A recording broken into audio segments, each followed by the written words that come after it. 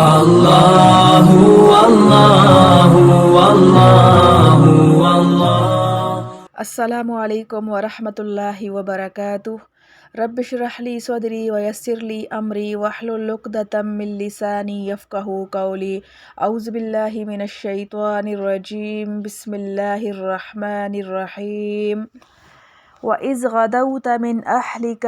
اور جب صبح کو نکلا تو اپنے گھر سے، تُبَوِّئُ الْمُؤْمِنِينَ مَقَاعِدَ لِلْقِتَالِ، بٹھلانے لگا مسلمانوں کو لڑائی کے ٹھکانوں پر، وَاللَّهُ سَمِيعٌ عَلِيمٌ، اور اللہ سب کچھ سنتا جانتا ہے۔ اِذْ هَمَّتْ طَائِفَتَانِ مِنْكُمْ أَنْ تَفْشَلَا،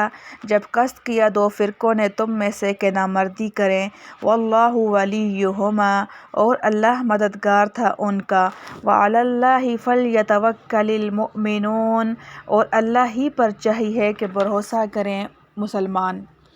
وَلَقَدْ نَصَرَكُمُ اللَّهُ بِبَدْرٍ وَأَنْتُمْ أَذِلَّةٌ، اور مدد کر چکا ہے اللہ بدر کی لڑائی میں اور تم کمزور تھے، فَاتَّقُوا اللَّهَ لَعَلَّكُمْ تَشْكُرُونَ، سو ڈرتے رہو اللہ سے تاکہ تم احسان مانو۔ ربط آیات۔ گزشتہ آیات میں بیان ہوا تھا کہ اگر مسلمان صبر و تقوی پر قائم رہیں تو کوئی طاقت ان کو ضرر نہیں پہنچا سکتی،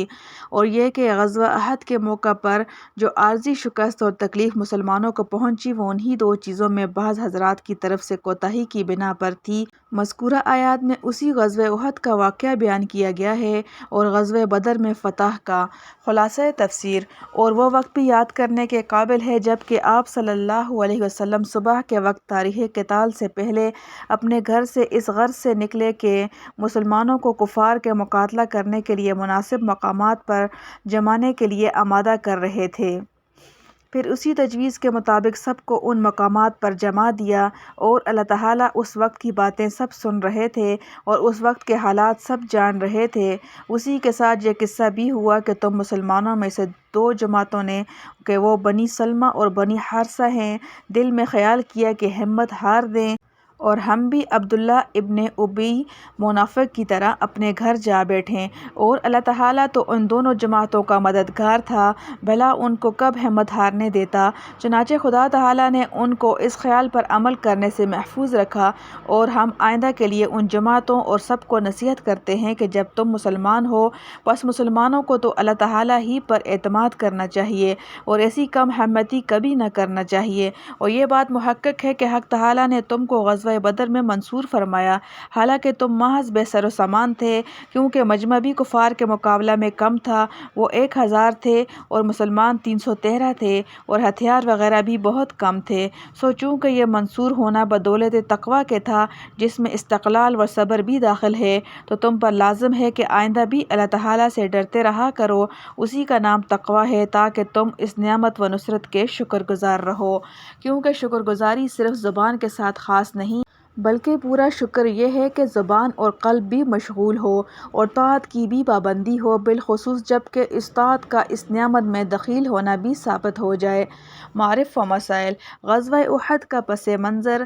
آیت مذکورہ کی تفسیر سے قبل ضروری ہے کہ غزوہ احد کے واقعاتی پس منظر کو سمجھ لیا جائے۔ رمضان المبارک 2 سن ہجری میں بدر کے مقام پر قریشی فوج اور مسلمان مجاہدین میں جنگ ہوئی، جس میں کفار مکہ کے 70 نامور اشخاص مارے گئے اور اسی قدر گرفتار ہوئے۔ اس تباہ کن اور ذلت امیز شکست سے جو حقیقتاً عذاب الہی کی پہلی قسط تھی، قریش کا جذبہ انتقام بھڑک اٹھا۔ جو سردار مارے گئے تھے ان کے اقارب نے تمام عرب کو غیرت دلائی اور یہ معاہدہ کیا کہ جب تک ہم اس کا بدلہ مسلمانوں سے نہ لے لیں گے چین سے نہ بیٹھیں گے، اور اہل مکہ سے اپیل کی کہ ان کا تجارتی قافلہ جو مال شام سے لایا ہے وہ سب اسی مہم پر خرچ کیا جائے تاکہ ہم محمد صلی اللہ علیہ وسلم اور ان کے ساتھیوں سے اپنے مقتولین کا بدلہ لے سکیں۔ سب نے منظور کیا اور 3 سن ہجری میں قریش کے ساتھ بہت سے دوسرے قبائل بھی مدینہ پر چڑھائی کرنے کی غرض سے نکل پڑے،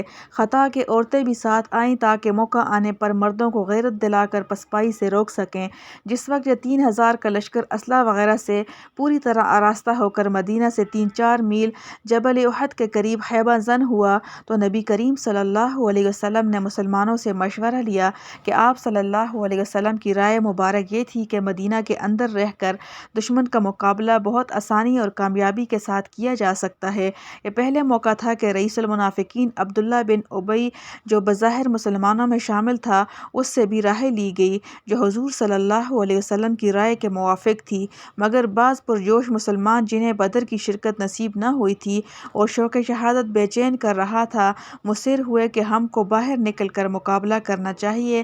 تاکہ دشمن ہمارے بارے میں بزدلی اور کمزوری کا گمان نہ کرے۔ کثرت رائے اسی طرف ہو گئی۔ اس عرصہ میں آپ صلی اللہ علیہ وسلم مکان کے اندر تشریف لے گئے اور زرہ پہن کر باہر آئے تو اس وقت بعض لوگوں کو خیال ہوا کہ ہم نے آپ صلی اللہ علیہ وسلم کو آپ صلی اللہ علیہ وسلم کی رائے کے خلاف مدینہ سے باہر جنگ کرنے پر مجبور کیا یا غلط ہوا، اس لیے عرض کیا کہ یا رسول اللہ صلی اللہ علیہ وسلم، اگر آپ صلی اللہ علیہ وسلم کا منشا نہ ہو تو یہیں تشریف رکھیے۔ فرمایا ایک پیغمبر کو سزاوار نہیں کہ جب وہ زرہ پہن لے اور ہتھیار لگا لے پھر بدون قتال کیے ہوئے بدن سے اتارے۔ یہ اس جملہ میں نبی اور غیر نبی کا فرق واضح ہو رہا ہے کہ نبی کی ذات سے کبھی کمزوری کا اظہار نہیں ہو سکتا، اور اس میں امت کے لیے بھی ایک بڑا سبق ہے۔ جب آپ صلی اللہ علیہ وسلم مدینہ سے باہر تشریف لے گئے، تقریباً 1,000 آدمی آپ صلی اللہ علیہ وسلم کے ساتھ تھے، مگر منافق عبداللہ بن ابی تقریباً 300 آدمیوں کو ساتھ لے کر راستہ سے یہ کہتا ہوا واپس ہو گیا کہ جب میرا مشورہ نہ مانا اور دوسروں کی رائے پر عمل کیا تو ہم کو لڑنے کی ضرورت نہیں، کیونکہ ہم خواہ مخواہ اپنے کو ہلاکت میں ڈالیں۔ ان کے ساتھیوں میں زیادہ تو منافقین ہی تھے، مگر بعض مسلمان بھی ان کے فریب میں آ کر ساتھ لگ گئے۔ آخر آپ صلی اللہ علیہ وسلم کل 700 سپاہیوں کی جمعیت لے کر میدان جنگ میں پہنچ گئے۔ آپ نے بنفس نفیس فوجی قاعدہ سے صفیں ترتیب دیں، صف آرائی اس طرح کی کہ احد کو پشت کی جانب رکھا، اور دوسرے انتظامات اس طرح کیے کہ حضرت مصعب رضی اللہ تعالیٰ عنہ بن امیر کو علم جھنڈا عنایت کیا، حضرت زبیر بن عوام رضی اللہ تعالیٰ عنہ کو رسالہ کا افسر مقرر کیا، حضرت حمزہ رضی اللہ تعالیٰ عنہ کو اس حصہ فوج کی کمان ملی جو زرہ پوش نہ تھے۔ پشت کی طرف احتمال تھا کہ دشمن ادھر سے آئے، اس لیے 50 تیر اندازوں کا دستہ متعین کیا اور حکم دیا کہ وہ پشت کی جانب ٹیلہ پر حفاظت کا کام سر انجام دیں، لڑنے والوں کی فتح و شکست سے تعلق نہ رکھیں اور اپنی جگہ سے نہ ہٹیں۔ عبداللہ بن جبیر رضی اللہ تعالیٰ عنہ ان تیر اندازوں کے افسر مقرر ہوئے۔ قریش کو بدر میں تجربہ ہو چکا تھا، اس لیے انہوں نے بھی ترتیب سے صف آرائی کی۔ نبی علیہ الصلوۃ والسلام کی جنگی ترتیب غیروں کی نظر میں نبی کریم صلی اللہ علیہ وسلم کی اس صفت آرائی اور فوجی قواعد کے لحاظ سے نظم و ضبط کو دیکھ کر یہ حقیقت واضح ہوتی ہے کہ حضور اکرم صلی اللہ علیہ وسلم امت کے رہبر کامل مقدس نبی ہونے کے ساتھ سپہ سالار اعظم کے لحاظ سے بھی بے نظیر ہیں۔ آپ صلی اللہ علیہ وسلم نے جس انداز میں مورچے قائم کیے اور لڑائی کا نظم قائم کیا، اس وقت کی دنیا اس سے ناآشنا تھی، اور آج جب کہ فن حرب ایک مستقل سائنس کی حیثیت اختیار کر گیا ہے، وہ بھی آپ صلی اللہ علیہ وسلم کے فوجی قواعد اور نظم و ضبط کو سراہتا ہے۔ اسی حقیقت کو دیکھ کر ایک مسیحی مورخ بول اٹھا، برخلاف اپنے مخالفین کے جو محض ہمت و شجاعت ہی رکھتے تھے، محمد صلی اللہ علیہ وسلم نے کہنا چاہیے کہ فن حرب کی بھی نئی راہ نکالی، مکہ والوں کی بے دھڑک اور اندھا دھند لڑائی کے مقابلہ میں خوب دور اندیشی اور سخت قسم کے نظم و ضبط سے کام لیا۔ یہ الفاظ 20ویں صدی کے ایک مورخ ٹام انڈر کے ہیں جو اس نے لائف آف محمد صلی اللہ علیہ وسلم میں بیان کیے۔ جنگ کا آغاز، اس کے بعد جنگ شروع ہوئی۔ ابتداءً مسلمانوں کا پلہ بھاری رہا، یہاں تک کہ مقابل کی فوج میں ابتری پھیل گئی۔ مسلمان سمجھے کہ فتح ہو گئی، مال غنیمت کی طرف متوجہ ہوئے۔ ادھر جن تیر اندازوں کو نبی کریم صلی اللہ علیہ وسلم نے پشت کی جانب حفاظت کے لیے بٹھایا تھا، انہوں نے جب دیکھا کہ دشمن بھاگ نکلا ہے تو وہ بھی اپنی جگہ چھوڑ کر پہاڑ کے دامن کی طرف آنے لگے۔ حضرت عبداللہ بن جبیر رضی اللہ تعالیٰ عنہ نے ان کو نبی کریم صلی اللہ علیہ وسلم کی تاکیدی حکم یاد دلا کر روکا، مگر چند آدمیوں کے سوا دوسروں نے کہا کہ